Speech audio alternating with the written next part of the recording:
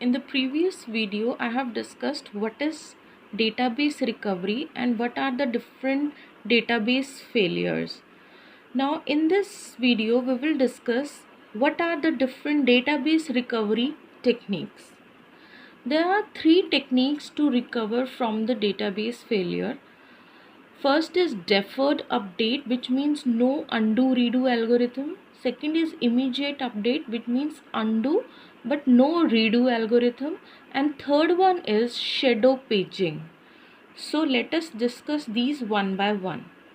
First one is deferred update, which means no undo redo algorithm, which means that we will not do any undo operation, but we will do redo operation in this technique. So these techniques defer or postpone any actual updates to the database until the transaction reaches its commit point. Means the updates are not done immediately on the database. They are done after the transaction reaches its commit point. And during transaction execution, the updates are written to the log file only. After the transaction reaches its commit point, the log file is forced return to disk. Then the updates are recorded in the database. So this can be shown with the diagram. As you can see that updates before reaching the commit point, updates are performed only on log files, and after it reaches the commit point, the log file is forced return to the database. Now, if the transaction fails before reaching its commit point, there is no need to undo any operation because the transaction has not affected the database on disk in any way. As the name of the technique is no undo redo algorithm, so there is no need to undo the operation. Why? Because suppose a transaction fails before reaching the commit point, so there is no need to undo any operation as the effects are not recorded on the database. All the operations are just on the log and they are not recorded on the database, so there is no need to undo any operation. As you can see in this, no need to undo if a transaction fails before reaching the commit point, because there is no need to undo because the updates are not written on the database till now. So now a typical deferred update protocol uses the following procedure. First is a transaction cannot change the database on disk until it reaches its commit point. This we have already discussed. Second is a transaction does not reach its commit point until all its update operations are recorded in the log file and the log file is force returned to the disk. And third is recovery techniques based on deferred update are also known as no undo redo techniques. This also we have discussed. So we have discussed about why it is called no undo, but why it is called redo technique? Because redo is needed in case the system fails after a transaction commits, but before all its changes are recorded on the disk. Redo is needed if suppose a system fails after the transaction commits. So redo is needed. In this case, the transaction operations are redone from the log file. So as you can see why redo is done if a transaction fails after reaching the commit point. So the updates are redone from the log file to the database. Now second technique is immediate update, which is also known as undo but no redo algorithm. in this technique, when a transaction issues an update command, the database can be updated immediately without any need to wait for the transaction to reach its commit point.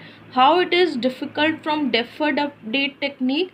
Here in this technique, as the transaction issues the update command, the updates are immediately written on the database. So if the recovery technique ensures that all updates of a transaction are recorded in the database on disk before the transaction commits, there is no need to redo any operation of the committed transaction. So no redo is required in this technique. Now, but provisions must be made for undoing the effect of update operations that have been applied to the database by a failed transaction.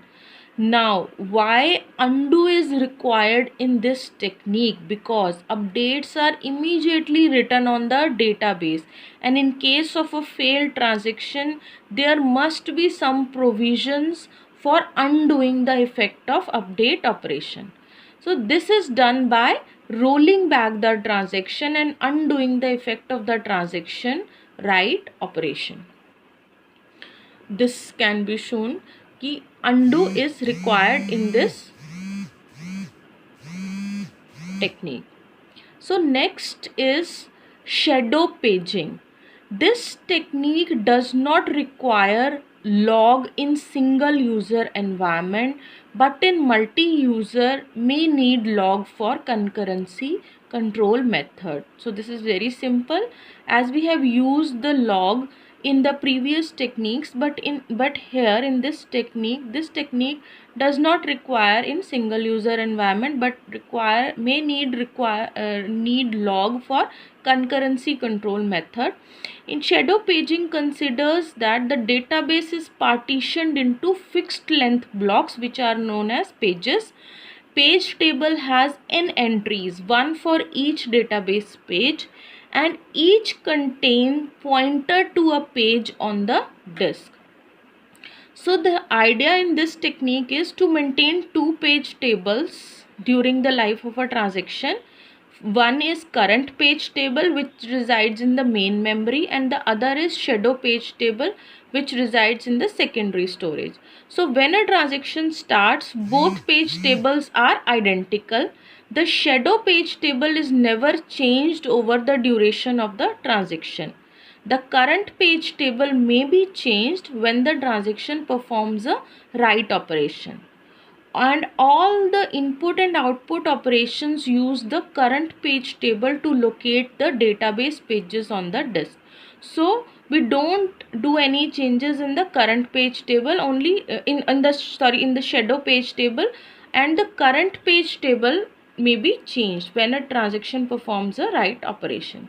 So during the transaction execution, all updates are performed using the current directory, and shadow directory is never modified.